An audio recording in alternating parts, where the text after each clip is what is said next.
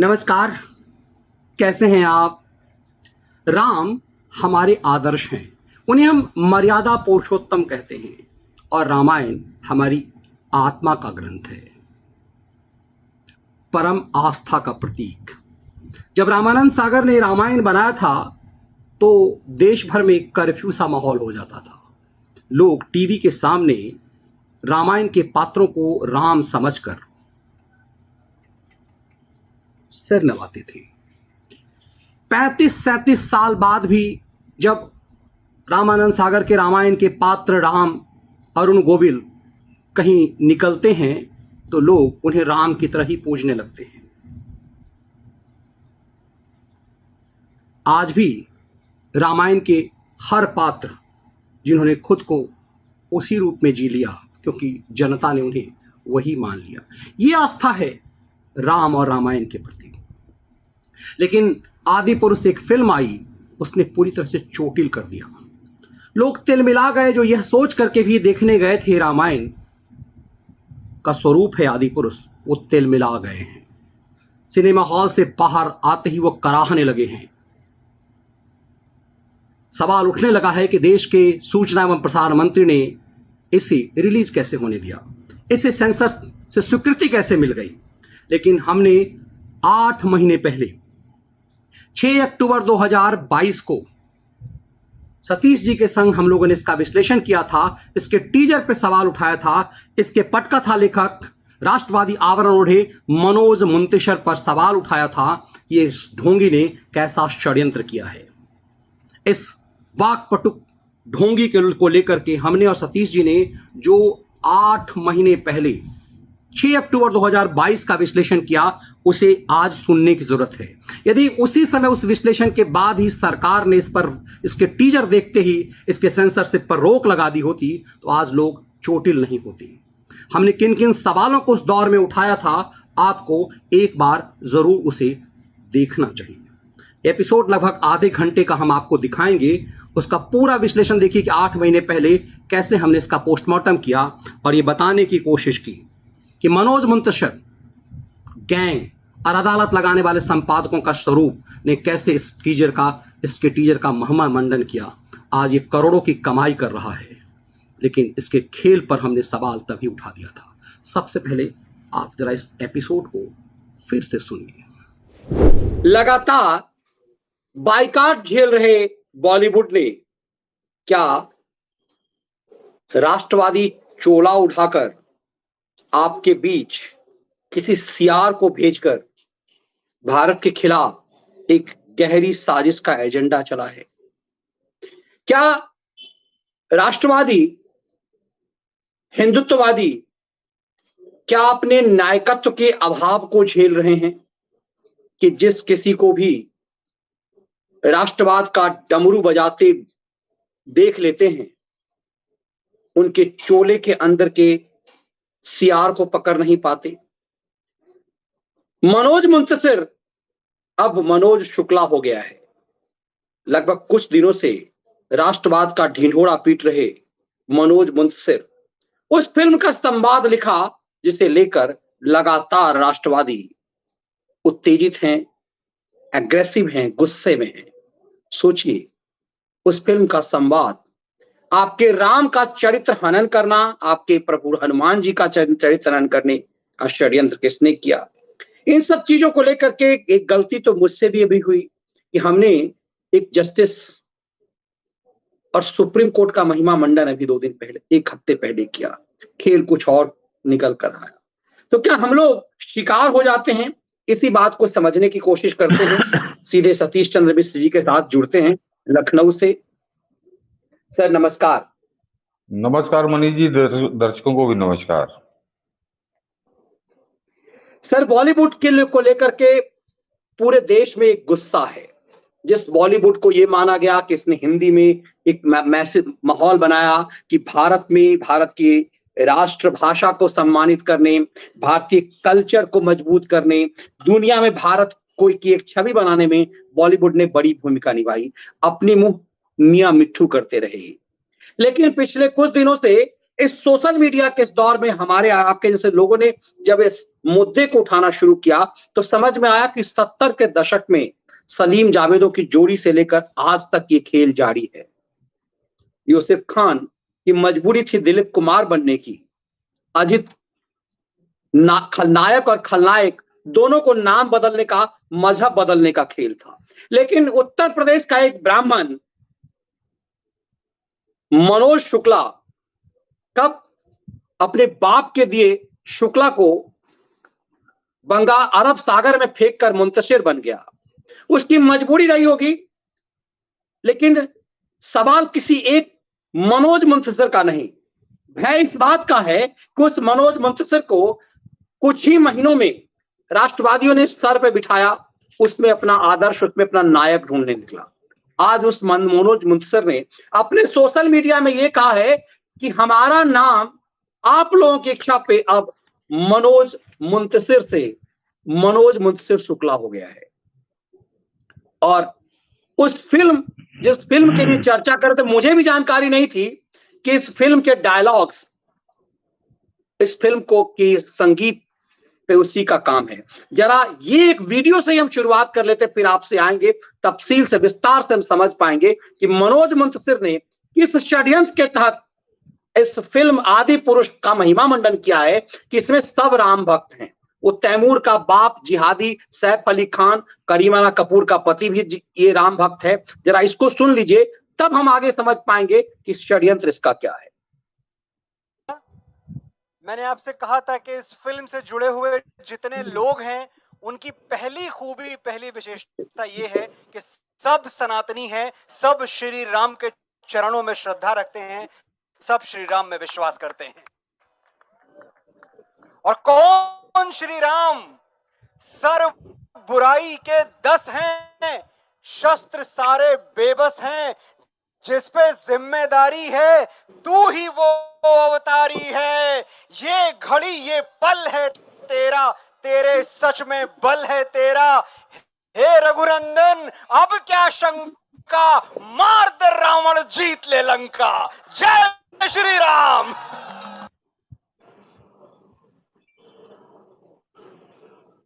ये तो गजब का जमूरा निकला सर। हो सकता है इसके पास कुछ शब्द हो, लेकिन इस तो गजब का जमूरा निकला। कभी हम भी इससे बहुत प्रभावित हो गए थे। जी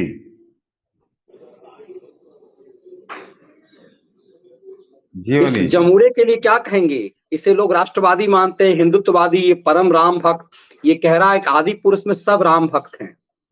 बॉलीवुड ने क्या राष्ट्रवादियों के बीच इस सीआर को भेजा है एक बड़ी योजना के तहत, क्योंकि हम तो बड़ा जल्दी प्रभावित हो जाते हैं। कोई राष्ट्र भजन गाने लगे, कोई हिंदुत्व की बातें करने लगे तो हमें लगता है अपना आदमी है, क्योंकि हम अभाव झेल रहे हैं। हम बॉलीवुड में अपने लोगों को तलाश रहे हैं, हमें मिल ही नहीं रहा। गुलशन कुमार के बाद हमें कोई मिल ही नहीं रहा। तो ये सीआर क्या जानबूझ करके हमारे बीच भेजा गया? मनीष जी, मुझको हंसी आ गई। मैं अभी अब इनकी बात पे तो अभी आता हूँ। जब आपने जमूरा कहा, मैं अपनी बात यहीं से शुरू ही करने वाला था।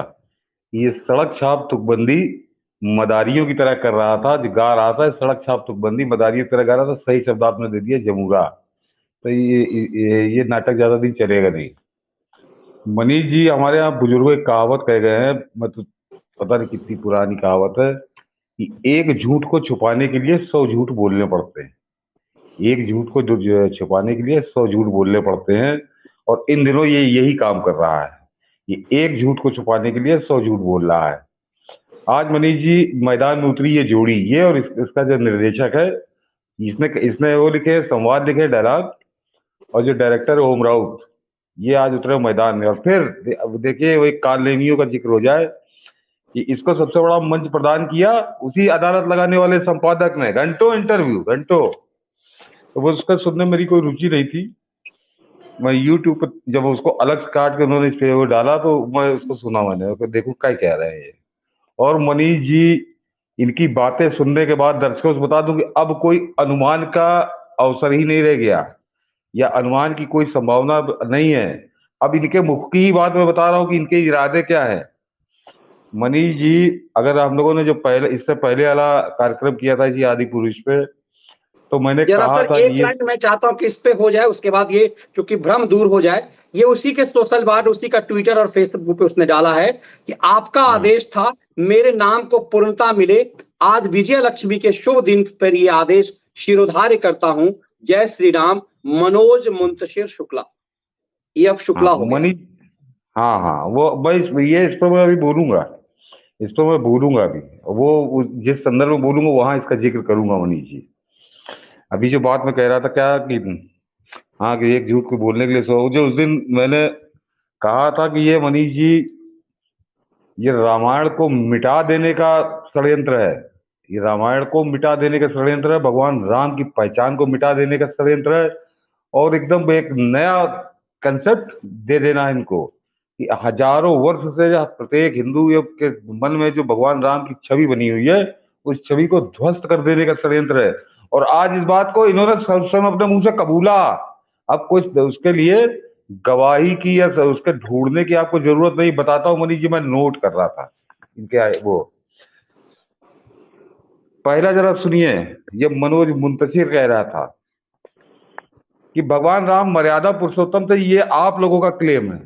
उन्होंने कभी क्लेम नहीं किया कि वो मर्यादा पुरुषोत्तम है। जरा सुनिए, ये खुद कह रहा था कि भगवान राम ने कभी ये क्लेम नहीं किया कि हम मैं मर्यादा पुरुषोत्तम हूं, ये तो आप लोगों का क्लेम है, आपने ये क्लेम कर दिया। मनीष जी, भगवान राम ने तो कभी ये भी क्लेम नहीं किया था कि मैं भगवान हूं।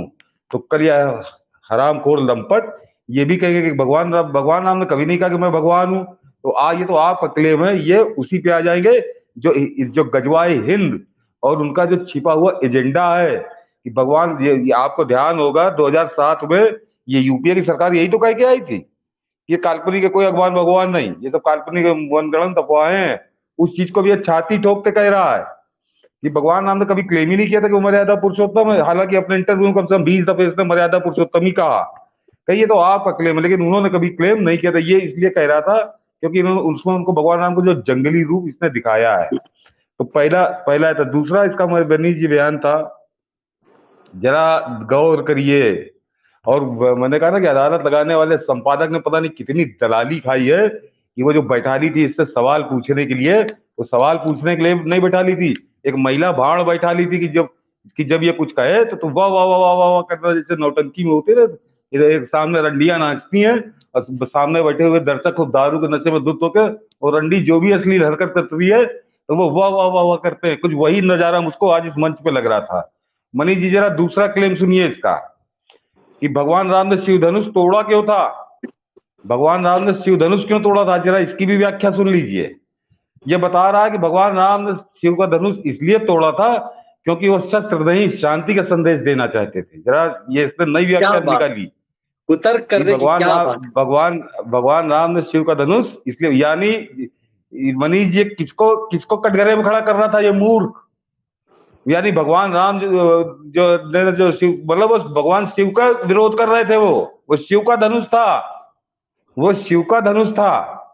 और वो उसको तोड़ के, मतलब एक तरह से विरोध जताने के लिए उन्होंने वो शिव धनुष तोड़ा। तो बड़ी लंबी व्याख्या हो जाएगी, रात भर अगर बात करूंगा इस पर तो रात भर कर सकता हूँ। तो जरा सोचिए जी, ध्यान से सुनिए, मैं इन्हीं के बयानों पे बात कर रहा हूँ कि भगवान राम ने शिव का धनुष तोड़ के शस्त्र नहीं, शांति का संदेश दिया था। मनीष जी, ये दूसरा षड्यंत्र आपको बता रहा हूँ, बहुत सोचे समझे तरीके से, जो है ना कि जैसे एक महात्मा गांधी ने एक संदेश दे दिया था अहिंसा का, अहिंसा का, कि मतलब बिल्कुल कोई मार रहा हो तो मार खाओ लेकिन मारो मत। वैसे ये कही है कि भगवान राम भी कहते कि शांति रखो, शस्त्र का संदेश नहीं था। उन्होंने इसीलिए शिव का धनुष तोड़ दिया था। ये संदेश दे रहे हैं मनीष जी। इनके मैं अभी एजेंडे पे आ रहा हूँ। इसके बाद आ जाइए कि जब इससे पूछा गया कि ये गेटअप में जो है उनकी पादुका की जगह चप्पलें, मूछे, दाढ़ी, ये सब क्यों आ गया, तो इसने बताया कि वाल्मीकि के रामायण में लिखा है। और वो जो ओम राउत था, ओम राउत, जरा उसका जवाब सुनिए मनीष जी। क्या ऐसा है कि जिस समय रामानंद सागर जी ने बड़ी वो बनाई थी रामायण, तब हम लोग यूथ थे, और उसमें उन्होंने जो दिखाया कि एक तीर चला तो उसे एक तीर से 10 तीर निकले, फिर 10 तीर से 100 तीर निकले, 100 तीर से 1000 तीर निकले। तो ये जब हम लोगों ने देखा तो हम लोग ये अमेजिंग इफेक्ट हम लोग के ऊपर पड़ा और हम लोग बिल्कुल इससे अभिभूत हो गए तो हमको उस समय वो नई चीज लगी, क्योंकि यूथ को वो पसंद आ रही थी, टेक्नोलॉजी पसंद आ रही, मतलब इनको रामायण नहीं पसंद आ रही थी, इनको टेक्नोलॉजी पसंद आ रही थी। तो कहे इसीलिए अब जब हम आए हैं, अब हम जिस जनरेशन में हैं, तो हमको रामायण के बताने के लिए, तो अब यूथ की उसमें कोई दिलचस्पी नहीं है। यानी जरा सोचिए कि अब रामायण में कोई दिलचस्पी नहीं है, तो अब हमने उसके लिए एक नई वर्चुअल भाषा, वो विजुअल भाषा उनके लिए तैयार की। क्योंकि आज का यूथ जो है वो हैरी पॉटर देखता है और लॉर्ड ऑफ द रिंग्स देखता है और दो तीन ऐसे और उसमें ऊटपटांग नाम बताए कि वो देखता है। तो अब हमने भगवान राम को यूथ की, आज के यूथ को उसके यूथ उसकी भाषा में रामायण बताने का, सुनाने का प्रयास किया। यानी अब ये भगवान राम को हैरी पॉटर बना के पेश करेगा, लॉर्ड ऑफ द रिंग्स बना के पेश करेगा। ये इसने अपने मुंह से आज कहा है कि ये कोई उसकी शंका की वो नहीं है। और मनीष जी इनका जरा बयान सुनिए। हाँ, और उसी में इसने कहा कि इसीलिए वो अंगद, सुग्रीव और जामवंत और नल, नील, ये सब जो वानर सेना को लोग रोका गए, तो आपने कार्टून बना दिया। तो उन्होंने कहा कि नहीं, आज के यूथ जो है जब वो वीर की कल्पना करता है तो वो हैरी पॉटर और वो लॉर्ड ऑफ द रिंग्स जो नाम उसने गिनाए देखता है। तो हमने इनको आज के महावीरों के रूप में प्रस्तुत किया। सीधे सीधे मनीष जी वही है ना कि जो हजारों वर्ष की छवि बनी है, उस छवि को ध्वस्त किया है, उस छवि को ध्वस्त किया। और मनीष जी जो सबसे ज्यादा दाढ़ी मूछ पे बोले कि जो हनुमान जी की बड़ी बड़ी दाढ़ी मूछ है, भगवान राम की दाढ़ी मूछ है, तो क्या एक तो वाल्मीकि में लिखा है और दूसरे अब हमने ये दिखाया है कि भाई जब वो 13 वर्ष का वनवास था तो उनके बड़े बड़े बाल हो गए थे, बड़ी बड़ी दाढ़ी हो गई थी, मूछें हो गई थी। इस वजह से तो हमने उस हिसाब से उनको वो रूप दिया है। और रामायण में उल्लेख है कि जब वो उनका राज तिलक हो रहा था तो उनके बाल काटे गए, केश काटे गए, वो तैयार किया गया। तो हमने वो दिखाई, हमने सच्चाई दिखाई। अभी मनीष जी इसका बड़ा प्रमाण देता हूँ। इसका कहना तो इसके हिसाब से 13 बरस तक भगवान राम के ना बाल कटे थे ना दाढ़ी बनी थी, यानी वो बड़े 10 फुट की हो गई होगी। अगर दाढ़ी 13 बरस तक ना बने तो 10 फुट की दाढ़ी हो जाएगी, बाल को तो जमीन को छू रहे होंगे। ये किसको मूर्ख बना रहा है? ये किसको मूर्ख बना रहा है? जो राम सेना तैयार करके समुद्र पार करके लंका पहुंच गए, वो दाढ़ी बाल उनको बनाने के उनके पास साधन नहीं था। उनके पास ये तो मतलब मनीष जी मैं क्या बताऊं कि कुतर्क इनके जवाब देना पड़ रहा है। वो आम मानव थे और उसका एक अभी प्रमाण बताऊंगा। लेकिन ये इनके पहले इनके कुतर्क सुन लीजिए कि इसलिए मैंने उनको वो रूप दिया जो आपको उसमें दिखाई दिया है। और उसके बाद मनीष जी मनोज शुक्ला वो कहे, देखिए स्वामी अरविंद कहे गए हैं कि 3 पीढ़ी तक अगर कोई संस्कृति 3 पीढ़ी, या आप अपनी संस्कृति से अगर 3 पीढ़ी दूर हो जाते हैं तो फिर वो संस्कृति मर जाती है। और कब मैं अब तीसरी पीढ़ी में हूँ और मेरा बच्चा राम के बारे में नहीं जानता है, तो मुझे उसकी भाषा में रामायण बतानी पड़ रही है। मुझे भगवान राम को उसकी भाषा मतलब वही हैरी पॉटर और लॉर्ड ऑफ द रिंग के रूप में इसको भगवान राम बताने पड़ रहे हैं। अरे मनोज मुंतशिर, भगवान राम का कब का काल कोई इसका वो नहीं है, हजारों साल कहूँ, लाखों वर्ष कहूँ, और बीच के जो ज्ञात है वो 500-600 सालों का मुगलों का वो तब नहीं भगवान रामायण बनी। रामायण नहीं मर गई, रामायण की संस्कृति नहीं मरी। आज ये लोगों के रोम रोम में राम है।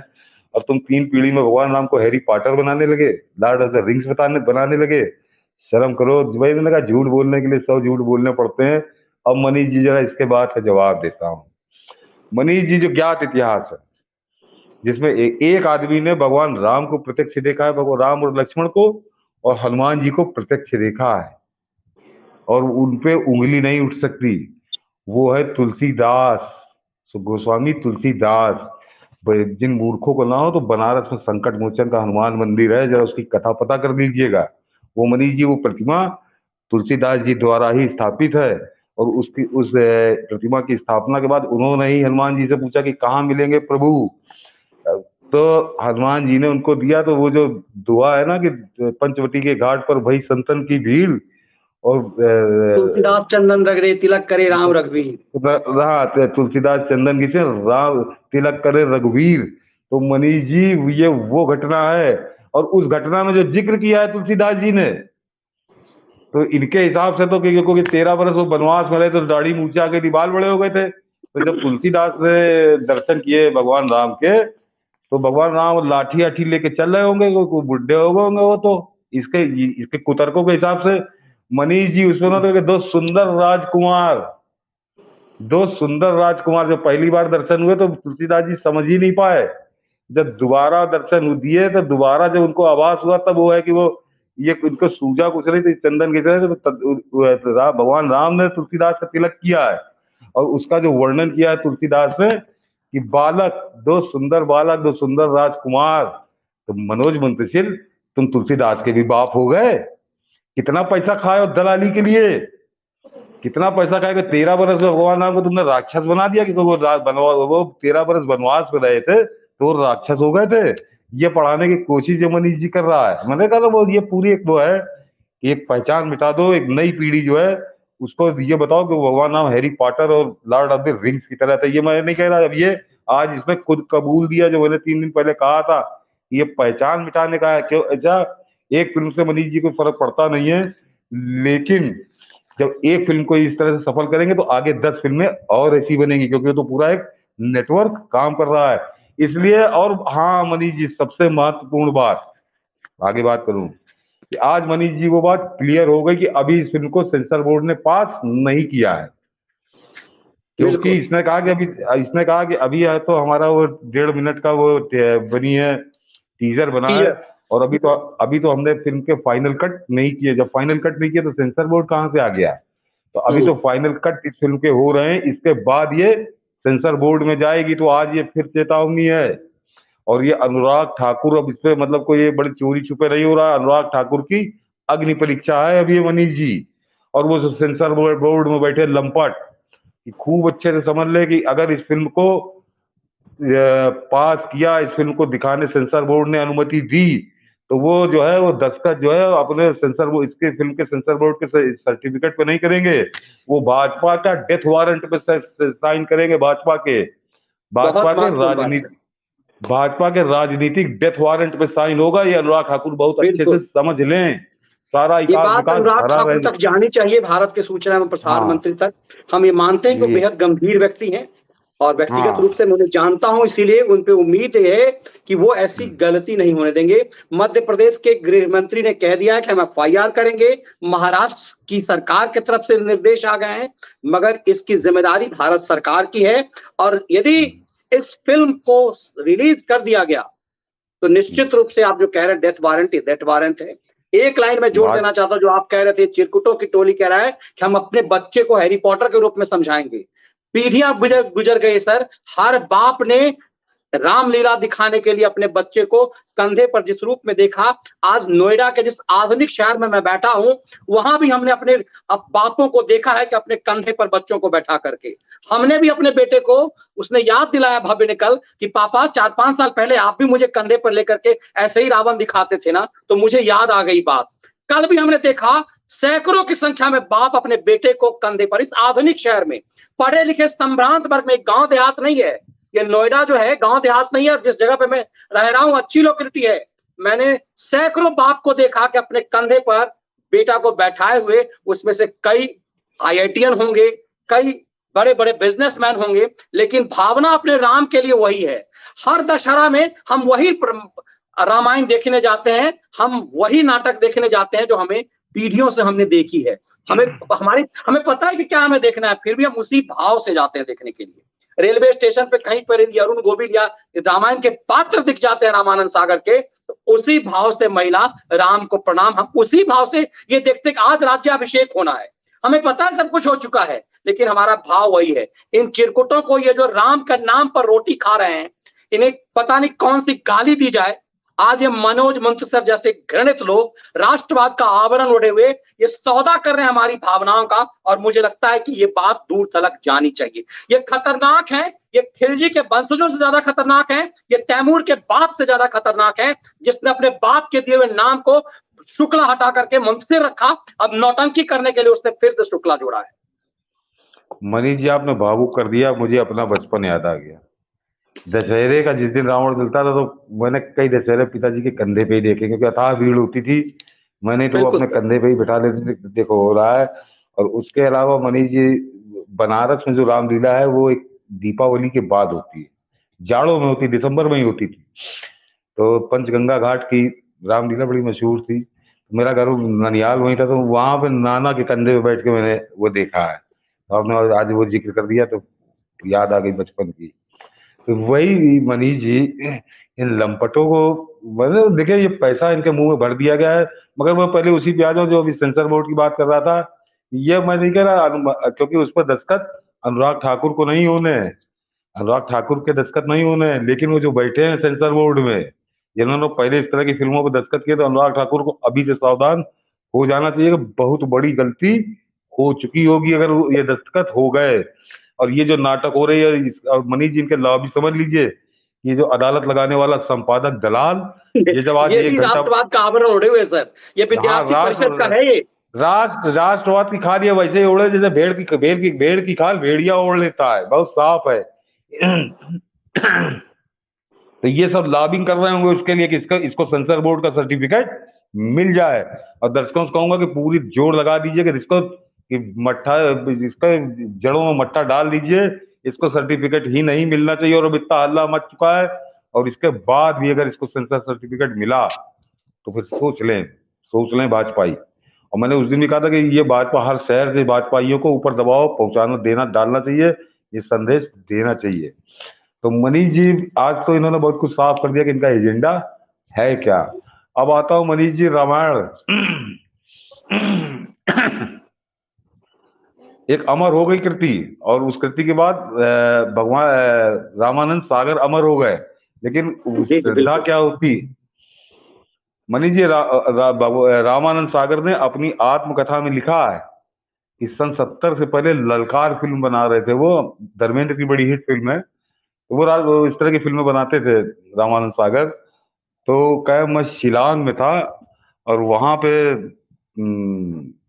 कोई एक, वहां से ये लोग कामाख्या के दर्शन करने लौटते समय, तो कामाख्या दर्शन करने गए तो एक लड़की उनके पास दौड़ के आई, उसने कहा बाबा बैठे हैं, तुमको बुला रहे हैं। तो क्या, मैं गया कि बड़के लड़की, कन्या बड़ी तेजस्वी थी, 10-12 साल की। तो मैं गया तो बाबा ने कहा मुझको देखा, और वो देखते रहे। मैंने पूछा कि कोई आदेश दे या आपका कोई इच्छा हो बताएं। क्या, वो कुछ बोले नहीं, केवल मेरा चेहरा देखते रहे, मैं प्रणाम करके चला आया। ये घटना हो गई, इस पे कोई बहुत उन्होंने महत्व नहीं दिया तब तक। 10 साल बाद ये कोहिनूर फिल्म बना रहे थे, तो ये लोग हर की पेड़ी पे उसकी शूटिंग कर रहे हैं। अचानक वहां पे पानी बरसने लगा, आंधी आ गई, तो इधर गंगा उफना रही थी, और उधर उधर मैदान में खुले आसमान के नीचे से एक दूर इनको एक आश्रम दिखाई दिया। तो उन्होंने कहा कि पहले जाओ बाबा से पूछ लो क्या हम लोग आ जाए। तो वो नाराज हुए, लेकिन उनका किसी ने बताया कि रामानंद सागर है, तो उन्होंने बुलवा लिया। और वो साधु कौन थे, वो रामानुज स्वामी थे, और वो एटॉमिक साइंटिस्ट थे। वो वहां आश्रम बना के गंगा गंगा के पानी में कितनी एटॉमिक एनर्जी है, इस पे वो रिसर्च कर रहे थे। और उन्होंने बैठाला इन लोगों को, चाय वाय पिलाई, और उन्होंने एकदम से रामानंद सागर से वो जो कामाख्या में 10 साल पहले की घटना हुई थी उसके बारे में बात करनी शुरू कर दी। तो रामानंद सागर चौंके कि इस आदमी को कैसे मालूम, 10 साल पहले कामाख्या में मेरे साथ बाबा मिले थे, ये घटना हुई थी। तो कहे, मैंने पूछा तो कुछ बोले नहीं, वो हंस दिए। तो वहां से बढ़ के रामानंद सागर बद्रीनाथ, मैं बता रहा हूँ कि ये रामायण कितनी पवित्र चीज है, इस पर क्या प्रेरणा होती है। वो बद्रीनाथ के दर्शन करने गए, बद्रीनाथ के दर्शन करने गए, तो किसी साधु ने उनके हाथ में आके प्रसाद रखा, वो हाथ प्रसाद गिर गया। और जब तक वो उठाए तब तक एक साधु आया, उसने उठाया और वो खा लिया प्रसाद, और हंसता हुआ ये कुछ बोले, वो गायब हो गया। तो दूसरा साधु इनसे बोला कि तुम कहाँ सिनेमा के चक्कर में पड़े हो, जाओ जाके टीवी के लिए, रामायण बनाओ। तो ये अभिभूत, ये लौट के आ गए। हाँ, ये जरा सोचिए कहाँ क्या, कौन सी शक्तियां काम कर रही थी। ये लौट के आ गए, जब फिल्म शुरू करने थे, तो आर्थिक तंगी बहुत थी। तो एक दिन एक फिर साधु आया सवेरे इनके घर बम्बई, और उसने जब ये उससे मिले तो उसने कहा कि कहाँ चक्कर में पड़े हो, तुम बनाओ कोई साथ। ये कहीं तुम बना नहीं रहे हो, कहीं ईश्वर का आदेश है, तुम उस आदेश का पालन कर रहे हो, तुम ये रामायण बनाओ, कोई बाधा आधा नहीं आएगी। उसके बाद जो हुआ वो इतिहास, वो आज भी इतिहास है, स्वर्णिम इतिहास है। तो जब इस तरह की फिल्में बनती हैं, इस तरह की सीरियल बनते हैं तो उनके पीछे की ये प्रेरणा होती है। ये मनोज मुंतशिर जिसने फिल्म में अपना नाम जमाने के लिए, मनीष जी, क्योंकि वहां पे जिहादी वुड चल रहा था, सब कराची वुड चल रहा था, इसने अपने बाप के नाम को छोड़ दिया। इसने अपने बाप के नाम को उसी बंबई के समुद्र में बहा दिया। और आज जब इसको कमाई करने की सूझी, इसको लगा कि अपने बाप के नाम से कमाई कर सकते हैं, तो ये विजयादशमी में ढोंग कर रहा है कि मेरे नाम के शुक्ला मेरे नाम के साथ जुड़ गया। पहले तुमने क्यों हटाया था? कि तुम्हारे बाप ने तुम्हारा नाम मनोज मुंतशिर रखा था? नहीं रखा था। तुम मनोज शुक्ला ही के नाम से पढ़ते थे, तुम्हारा मनोज शुक्ला ही के नाम से सर्टिफिकेट है। लेकिन जब तुम बंबई में आए, तुमने देखा कि ये जिहादियों का यहाँ कब्जा है, यहाँ दाऊद के इशारे पे काम मिलता है, तुमने अपने बाप को उसी बंबई के अरब सागर में बहा दिया। अपने बाप का नाम, पुरखों का नाम बहा दिया, मनीष जी, वंश का नाम बहा दिया। और वो शुक्ला को समुद्र में बहा के इसने अपने नाम का आगे आधा मुसलमान बन गया है। उसी दिन बंबई में इसने अपने आप को आधा मुसलमान बना लिया। मनोज मुंतशिर, बताइए किसने शुक्ला क्यों हटाया था? ये पहले ये खा इसको, इसकी माँ की कसम, ये बताया कि अगर इसको बड़ा सच्चा है कि इसने अपने नाम के आगे शुक्ला हटा के मुंतशिर क्यों लिखा था? क्यों लिखा था? इसने दाऊद के इशारे पे लिखा था, दाऊद के चरण धोकर पीने के लिए लिखा था, पाकिस्तानी आईएसआई एजेंसी के इशारे पे लिखा था। और आज इसने अपने उसी एजेंसी के इशारे पर मुंतशिर के आगे शुक्ला लगा दिया है। तो ये समझ लीजिए मनीष जी की इस टाइप के ढोंगी लोग ये अब उतर आए हैं मैदान में। भेड़ की खाल में भेड़िए, राष्ट्रवाद की भेड़ खाल पहन के ये भेड़िए ये अब आए हैं। मगर मनीष जी, भगवान राम से रावण नहीं टिक पाया उनके सामने, तो तुम तो रावण के पैर का नाखून नहीं हो मनोज शुक्ला। और जितनी तुम्हारी औकात है करके देखो तुम किस हश्र में पहुंचोगे, किस हश्र में पहुंचोगे। ये इसलिए भी जरूरी है कि ये लोग, ये जो मनोज मुंतशिर बना, अब ये राष्ट्रवाद का जब माहौल चला, सरकार बदली, तो ये मनोज मुंतशिर शुक्ला हो गया। हो सकता है फिर सोनिया की मनमोहनी सरकार यदि आ जाए, नहीं मनीष जी, नहीं मनीष जी, ये मोहम्मद मनोज बन जाएगा। ये फिर मोहम्मद मनोज बन जाएगा। ये सोनिया गांधी की कॉन्स्टिट्यूएंसी का ही आदमी है। ये सोनिया गांधी की बता तो रहा हूँ, ये पहले हिंदुस्तान को बताया कि इसने अपने बाप का नाम, अपने वंश का नाम क्यों समुद्र में बहा दिया था? क्यों बहा दिया था इसने शुक्ला? क्यों नहीं ये मनोज शुक्ला के नाम से रहा? इसने मनोज शुक्ला से शुक्ला काटा और बंबई के अरब सागर में बहा दिया, नाम लिख लिया मनोज मुंतशिर, आधा मुसलमान हो गया। और आज जब इसको लगा कि अब ये बिकेगा, क्योंकि वह उस एजेंसी का, पाकिस्तान की आईएसआई की एजेंसी का कराची में बैठे दाऊद ने एक षड्यंत्र शुरू किया कि भगवान राम की पहचान मिटा दो, तो उस पहचान को मिटाने के लिए इसने फिर वो शुक्ला नाम अपने साथ जोड़ा है। क्यों इसने हटाया था? पहले यदि ये बताए हिंदुओं को, खासकर हिंदुओं को, कि तुमने अपने नाम के आगे से शुक्ला हटाकर मुंतशिर क्यों जोड़ा था? सर अब यहां से एक और चीज है कि क्या ऐसे मनोज मुंतशिरों की मजबूरी दाऊद वुड में हो गई? मेरा संपादक सनसनीबाज अपने नाम के अंदर, वो भी लगभग ब्राह्मण जाति का ही है, उसने अपने नाम के आगे अंजुम लगा दिया। मीडिया में ऐसी कोई लाचारगी तो थी नहीं, लेकिन हाँ वामपंथ का प्रयोग था। एक दौर में 70 के दशक में जब भारत विभाजित हुआ मुस्लिम हिंदू के नाम पे, तो फिर यूसुफ खान दिलीप कुमार बन गया, वो मधुबाला पता नहीं क्या नाम था, वो अजित आपको याद होगा, वो भी जिहादी कौम से था, वो अजित बन गया।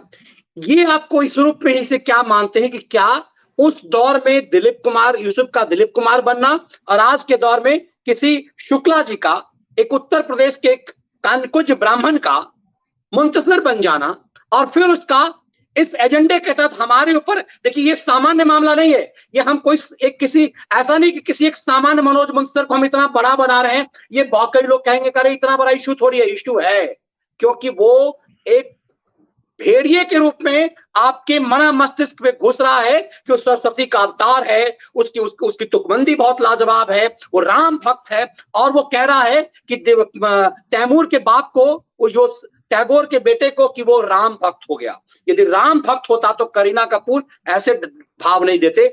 मेरा मानना ये, हम लोग इस पर डिस्कशन इसलिए कर रहे हैं कि ऐसे सीआरओ से ज्यादा समझना है। सैफ अली खान आमिर खान से ज्यादा ये खतरनाक क्यों है, इसे समझना जरूरी है, क्योंकि ये बॉलीवुड प्रभावित करता है, ये परसेप्शन का मामला है। और मैं अक्सर ये कहता हूं, एक छोटा सा अखबार है सर, एशियन एज, 5000 कॉपी छपती थी उसकी, और हमें पढ़ाया जाता था कॉलेज में कि वो एशियन एज, वो इंडियन एक्सप्रेस, रेलवे की बॉडी में मिलती है, बड़े बड़े लोग पढ़ते हैं फर्स्ट क्लास में।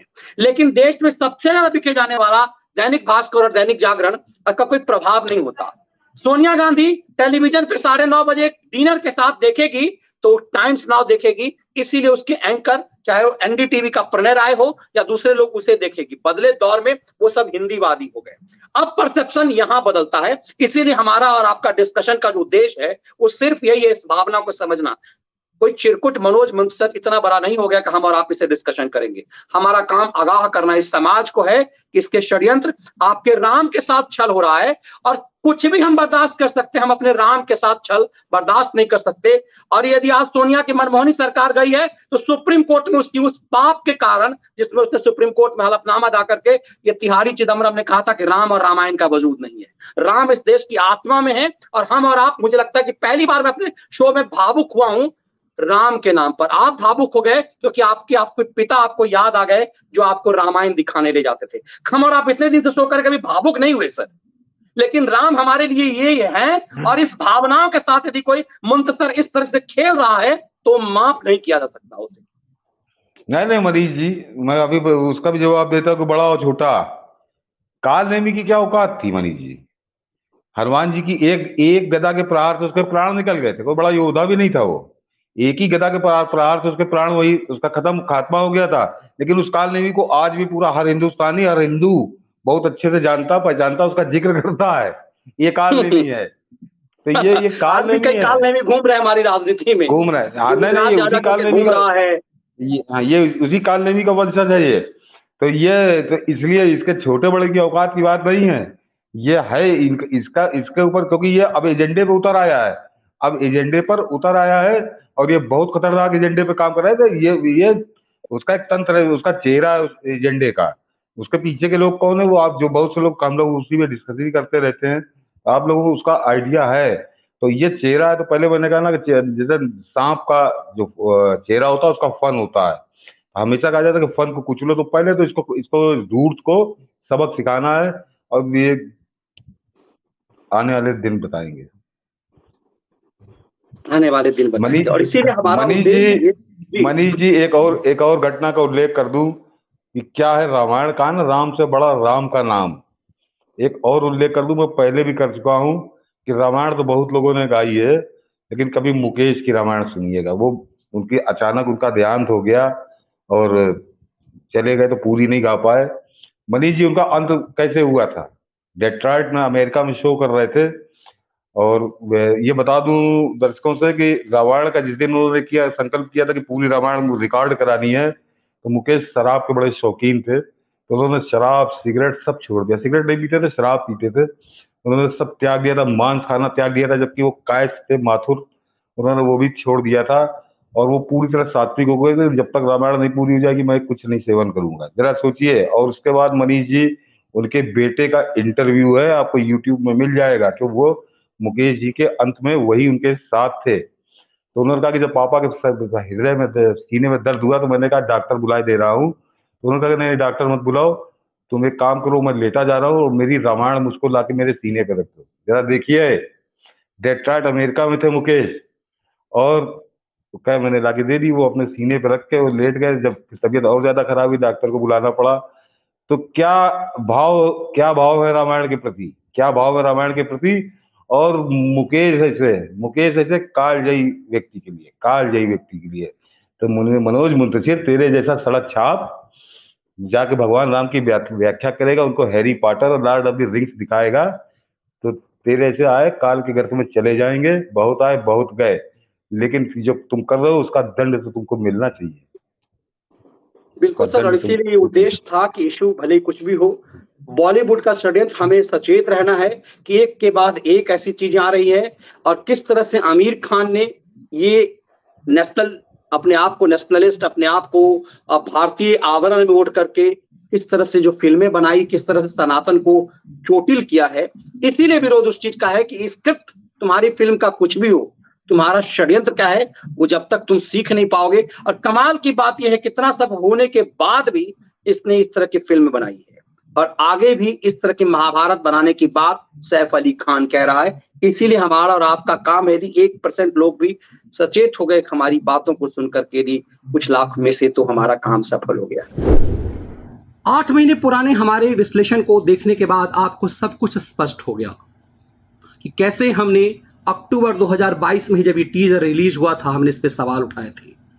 अब जब ये फिल्म रिलीज हो चुकी हुई है, सब कुछ सामने आ चुका हुआ है, रामायण के एक एक पात्र को चोटिल करने के लिए कोशिश की गई है। प्रभु राम को, सीता माँ के चरित्र को कैसे उनको अर्धनग्न स्वरूप में दिखाया गया है, रावण को किस तरह से गजनी की औलाद के रूप में पेश किया गया जो प्रकांड विद्वान था। ये सामान्य मामला नहीं है। जिस समय अयोध्या में दिव्य भव्य राम मंदिर बन रहा है, अथाह आस्था के प्रतीक हमारे प्रभु राम के प्रति हमारी निष्ठा जग रही है, उसी समय एक षड्यंत्र करा गया है राष्ट्रवादी आवरण ओढ़े मनोज मुंतसर से एक पटकथा लिखाकर, ताकि हंगामा ना हो। इसमें नायक है जो खलनायक की भूमिका में है, वो रावण की भूमिका में है, सैफ अली खान। ये पूरा फिल्म एक सामान्य पटकथा नहीं, एक फिल्म नहीं, ये देश की सांस्कृतिक विरासत पर एक चोट है। आपको तस्वीर याद करनी चाहिए, जब अरुण गोविल आज भी सड़कों पर निकलते हैं तो कैसी उनकी आस्था है। अरुण गोविल ने दोबारा कोई ऐसा चरित्र नहीं अपनाया। रामायण के एक एक पात्र ने अपने आप को उसी रूप में जी दिया। महाभारत में भीष्म पितामह जो बने थे, उन्होंने जीवन भर शादी नहीं की क्योंकि लोगों ने उन्हें इसी रूप में मान लिया। हमारी सांस्कृतिक धरोहर, उनके प्रति आस्था ऐसी नहीं है। जिसने कृष्ण की भूमिका महाभारत में निभाई, उसने दोबारा कोई ऐसा रोल नहीं किया। इन सब ने अपने आप को आर्थिक रूप से चोटिल किया, लेकिन आम आदमी की आस्था चोटिल ना हो, ये पूरा प्रयास किया। दीपिका जो सीता बनी थी, उन्हें लोगों ने माँ सीता मान लिया, तो उन्होंने जींस पहनना, अपने पोशाक को बदल लिया, जीवन शैली बदल ली। रामायण के एक एक पात्र ने अपनी जीवन शैली बदल ली। यही कारण है कि आज भी घर घर में उनकी तस्वीर उसी रूप में रखी गई है। तो सोचिए, रामानंद सागर ने जो रामायण बनाई, उसकी इतनी अथाह आस्था आज 4 दशक, लगभग 4 दशक बीतने के बाद भी क्यों है, और क्यों ऐसा षड्यंत्र राम और रामायण के नाम पर की जा रही है। उम्मीद की जानी चाहिए कि देश के सूचना एवं प्रसारण मंत्री इसकी गंभीरता से लें और भारत सरकार को इसे अपने सूचना एवं प्रसारण मंत्रालय के ऊपर सख्त कार्रवाई करनी चाहिए। एनआईए से इस पूरे मामले की जांच होनी चाहिए कि क्या भारत की आस्था, भारत की सांस्कृतिक विरासत को चोटिल करने के लिए जानबूझ करके खेल तो नहीं किया गया, इसकी फंडिंग कहीं भारत विरोध के लिए तो नहीं हुई। इसकी जांच बहुत जरूरी है। बहुत बहुत धन्यवाद।